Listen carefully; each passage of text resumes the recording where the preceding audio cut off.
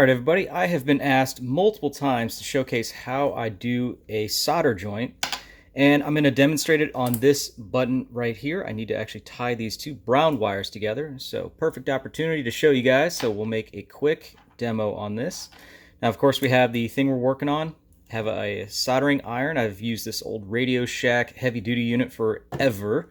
Typically nice to have a set of helping hands. I have one hand. That's whatever. You need some flux, wire strippers, heat shrink. This is a piece of 1/8 inch adhesive lined. You can see it's a little thicker there. So this has a glue inside of it that helps seal your connection, and this is very important for some aspects of what you're doing. Now I talk more about that as well as this other stuff in another video I'll link above, and that is going to be a wiring tips and tricks video. So go ahead and give that a watch if you haven't already, but for now let's get started. Now, when doing a solder joint, what I try to do is not have it to where it's going to be in a bend. So these just need to be looped. So we'll loop one, give yourself a little bit of room to work around, and we could put the solder joint right there where the wire is passing in a straight line and it doesn't have to bend. So that's just something I try to do. Let's see, we'll cut this end. So we have our length there. And then this is where it gets important if you're doing multiple solder joints around the same area, is how much overlap you want. And I guess I typically shoot for about 1/2 inch. So it will be important to match the amount we strip off at 1/2 inch on either side. Now, right here is where, you know, everybody always makes a mistake, and I just about did right then. Go ahead and put your heat shrink on.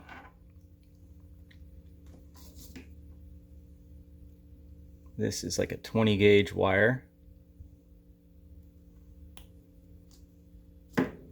So that's stripped. And then we'll strip this the same length. Sometimes that actually stays on there, and I use that as a gauge to match the other one too, which is pretty handy little thing. All right, our lengths match. Now here is the method I use. What I do, I'd seen this done in another video, and I've been using this method for about 3-4 years now. I find it very consistent. I fan out the wires.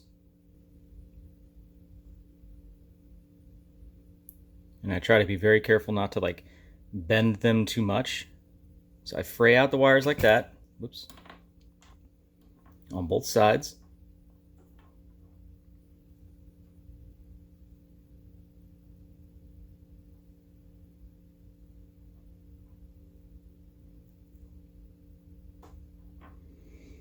And then what I do is I put them, I kind of like feed them together like this. You see what's going on? And then this is where I carefully kind of start feeding the wires back.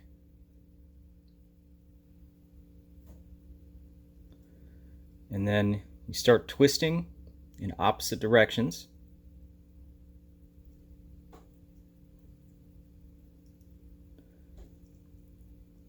Now, of course, you notice we have some wire over the cable sheathing. What I do, I kind of grab each end and then I put my thumbs together and I slowly pull it apart. Retwist.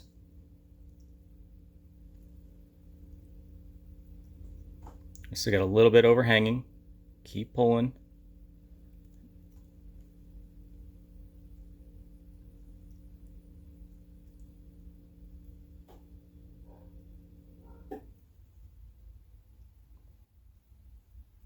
And right there we have it looking really good. Now it's time to solder. Okay, now we're ready to solder. What I do, I get my flux, put a little bit on there. And what that does is it's going to help draw the solder onto the wire. And from there, get my heat gun going. Now another thing with the heat gun is you want to have a wet sponge handy, because whenever this thing gets dirty you can take a wet sponge, clean it off. But this thing is clean right now because I was just using it. So I'm just waiting for it to heat up. All right, so it's hot enough We load the gun, put this on here. Make sure we get it to flow. It's nice and shiny, and that's a good solder joint.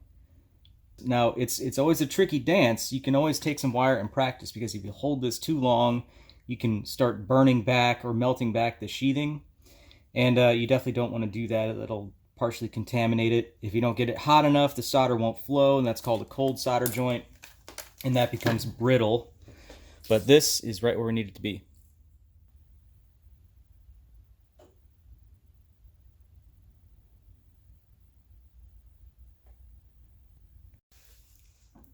All right, and then lastly, put our heat shrink over it.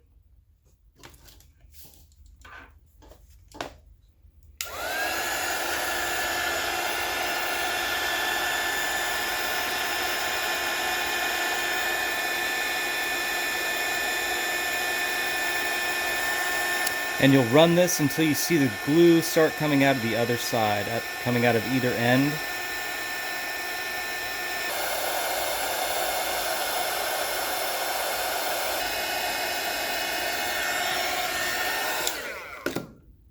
We're good to go. You can see the adhesive coming out.